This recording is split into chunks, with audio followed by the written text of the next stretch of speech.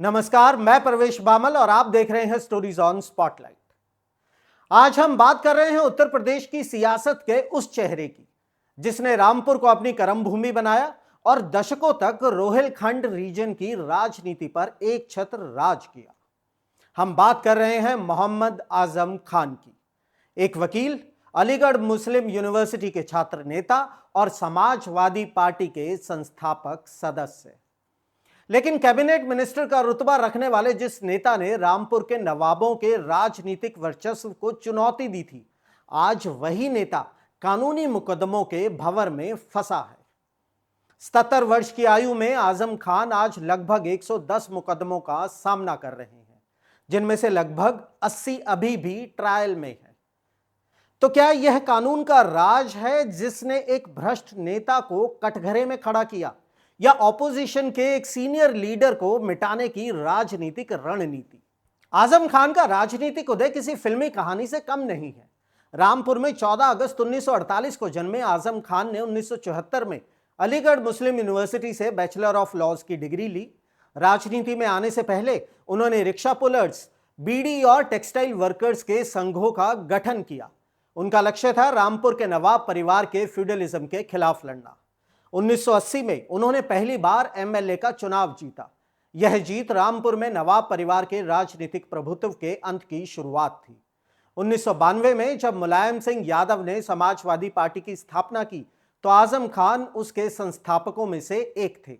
उन्होंने Rampur assembly constituency से 10 बार चुनाव जीता।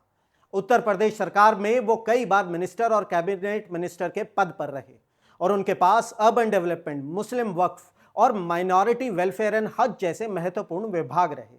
उनकी पत्नी डॉक्टर ताजीन फातिमा और बेटे अब्दुल्ला आजम खान भी एमएलए रहे हैं। समाजवादी पार्टी के लिए वह दशकों तक मुस्लिम फेस बने रहे, लेकिन सत्ता और रुतबे के सफर में विवाद हमेशा उनके साथ रहे। 2009 के चुनाव के दौरान उनकी प्रतिद्वंदी जया प्रदा ने उन पर फर्जी न्यूड पोस्टर्स और सीडीज प्रसारित करने का गंभीर आरोप लगाया।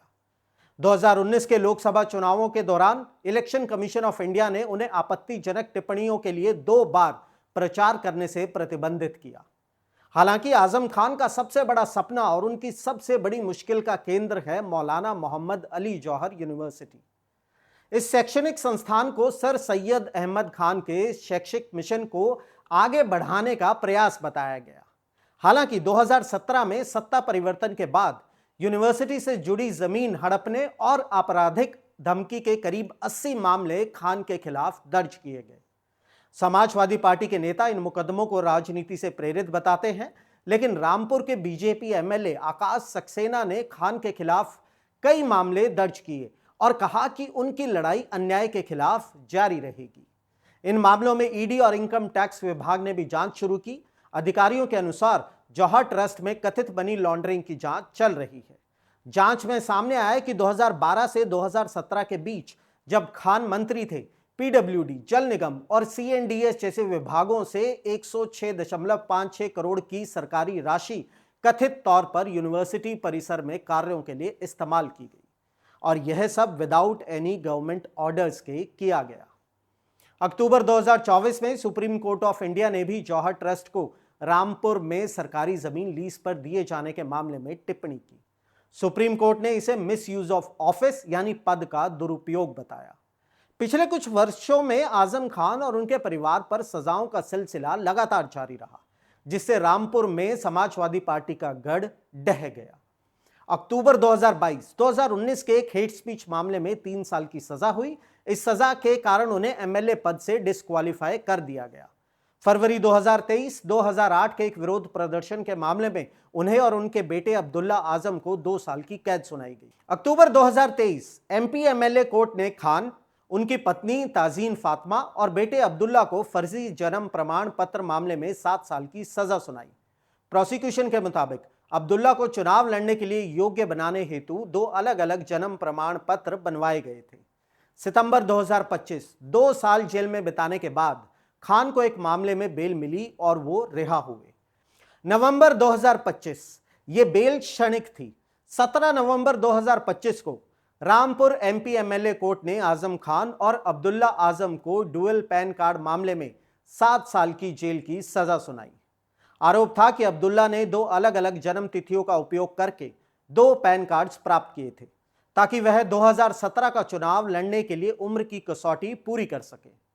सजा सुनाए जाने के तुरंत बाद दोनों को वापस जेल भेज दिया गया। और यह कहानी 2 परस्पर विरोधी तर्कों के बीच खड़ी है। एक तरफ कोर्ट रूम के लगातार वर्डिक्ट्स हैं। शिकायतकर्ता बीजेपी एमएलए आकाश सक्सेना ने स्पष्ट रूप से कहा है कि सभी मामले पेपर एविडेंस पर आधारित है और जिसने गलत किया है उसे सजा मिलेगी।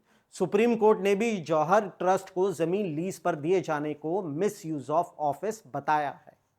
लेकिन दूसरी तरफ आजम खान और उनके बचाव पक्ष का तर्क रहा है कि मुकदमों को पॉलिटिकल इन्फ्लुएंस और पॉलिटिकल एनिमिटी के तहत दर्ज किया गया है।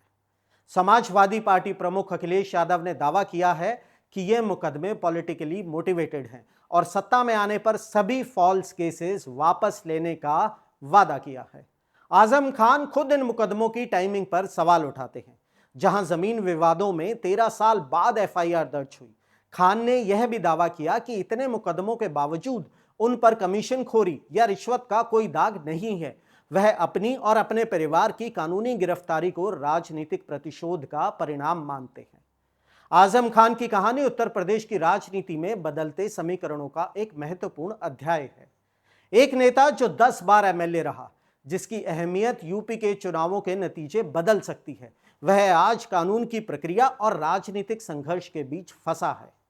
यह कहानी हमें उस विरोधाभास पर सोचने को मजबूर करती है जहां एक और अदालतें फॉर्जरी, हेट स्पीच और पद के दुरुपयोग पर सजा सुनाती है, वहीं दूसरी ओर आजम खान और उनके दल के अनुसार यह राजनीतिक बदले की कार्रवाई है जहां उन पर मुर्गी चोरी, भैंस चोरी जैसे भी मुकदमे थोपे गए हैं।